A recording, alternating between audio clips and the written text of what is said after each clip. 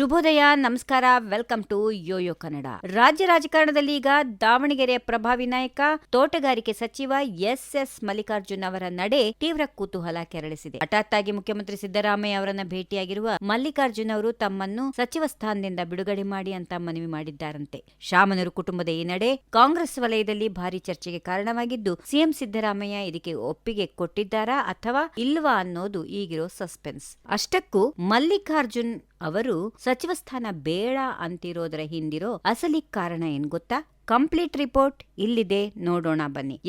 ರಾಜ್ಯ ಸಚಿವ ಸಂಪುಟದಲ್ಲಿ ಈಗ ಹಠಾತ್ ಬದಲಾವಣೆಯ ಗಾಳಿ ಬೀಸ್ತಾ ಇದೆ. ದಾವಣಗೆರೆಯ ಪ್ರಬಲ ನಾಯಕ ಎಸ್ ಮಲ್ಲಿಕಾರ್ಜುನ್ ಅವರು ಕಳೆದ ವಾರ ಮುಖ್ಯಮಂತ್ರಿ ಸಿದ್ದರಾಮಯ್ಯ ಅವರನ್ನ ಭೇಟಿಯಾಗಿ ಸಚಿವ ಸ್ಥಾನಕ್ಕೆ ರಾಜೀನಾಮೆ ನೀಡುವ ಇಂಗಿತ ವ್ಯಕ್ತಪಡಿಸಿದ್ದಾರೆ. ಈ ಸ್ಫೋಟಕ ಮಾಹಿತಿ ಇದೀಗ ಹೊರಬಿದ್ದಿದೆ. ವ್ಯಾವಹಾರಿಕ ಒತ್ತಡ ಮತ್ತು ಕೌಟುಂಬಿಕ ಕಾರಣಗಳನ್ನು ನೀಡುತ್ತಾ ಮಲ್ಲಿಕಾರ್ಜುನ್ ಅವರು ಈ ನಿರ್ಧಾರ ತೆಗೆದುಕೊಂಡಿದ್ದಾರೆ.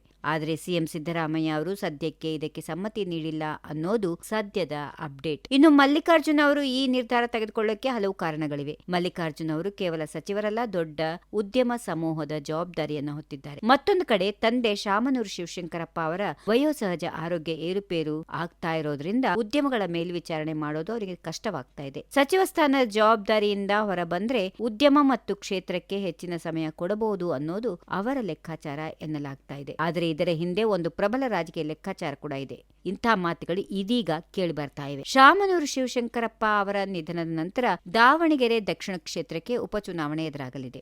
ಈ ವೇಳೆ ತಮ್ಮ ಪುತ್ರ ಸಮರ್ಥ ಮಲ್ಲಿಕಾರ್ಜುನ್ ಅವರಿಗೆ ಟಿಕೆಟ್ ಕೊಡಿಸಿ ರಾಜಕೀಯವಾಗಿ ನೆಲೆ ಕಲ್ಪಿಸಿಕೊಡೋಕೆ ಮಲ್ಲಿಕಾರ್ಜುನ್ ಅವರು ಪೊಲಿಟಿಕಲ್ ಗೇಮ್ ಆಡ್ತಿದ್ದಾರಾ ಅನ್ನೋ ಅನುಮಾನಗಳು ಶುರುವಾಗಿವೆ. ತಾವು ಸಚಿವ ಸ್ಥಾನ ಬಿಟ್ಟುಕೊಟ್ಟು ಮಗನನ್ನ ಅಸೆಂಬ್ಲಿಗೆ ಕಳಿಸೋದು ಅವರ ಪ್ಲಾನ್ ಇರಬಹುದು ಅಂತ ವಿಶ್ಲೇಷಣೆ ನಡೆಸಲಾಗ್ತಾ ಇದೆ. ಒಟ್ಟಾರೆ ಸದ್ಯಕ್ಕೆ ಮಲ್ಲಿಕಾರ್ಜುನ್ ಅವರ ರಾಜೀನಾಮೆ ಪ್ರಸ್ತಾಪವನ್ನ ಸಿಎಂ ಸಿದ್ದರಾಮಯ್ಯ ಅವರು ತಳ್ಳಿ ಹಾಕಿದ್ದಾರೆ ಎಂದು ತಿಳಿದು ಬಂದಿದೆ. ದಾವಣಗೆರೆ ಜಿಲ್ಲೆಯಲ್ಲಿ ಕಾಂಗ್ರೆಸ್ನ ಭದ್ರಕೋಟೆಯನ್ನು ಉಳಿಸಿಕೊಳ್ಳೋಕೆ ಮಲ್ಲಿಕಾರ್ಜುನ್ ಅವರ ಅನಿವಾರ್ಯತೆ ಸರ್ಕಾರಕ್ಕೆ ಇದೆ. ಆದರೆ ಮಲ್ಲಿಕಾರ್ಜುನ್ ಅವರು ಮಾತ್ರ ತಮ್ಮ ಪಟ್ಟಿನಿಂದ ಹಿಂದೆ ಸರಿಯುವ ಲಕ್ಷಣಗಳು ಕಾಣಿಸ್ತಿಲ್ಲ. ಒಂದು ವೇಳೆ ಮಲ್ಲಿಕಾರ್ಜುನ್ ಅವರು ರಾಜೀನಾಮೆ ಅಂಗೀಕಾರವಾದ್ರೆ ಸಂಪುಟದಲ್ಲಿ ಮತ್ತೆ ಯಾರಿಗೆ ಚಾನ್ಸ್ ಸಿಗುತ್ತೆ ಅನ್ನೋದು ಇದೀಗಿನ ಕುತೂಹಲವಾಗಿದೆ. If you like this video, ಬೇಗ ಲೈಕ್ ಮಾಡಿ, ಕಾಮೆಂಟ್ ಮಾಡಿ, ಶೇರ್ ಮಾಡಿ ಹಾಗೂ ಯೋಯೋ ಟಿವಿ ಕನ್ನಡವನ್ನು ಸಬ್ಸ್ಕ್ರೈಬ್ ಮಾಡಿ.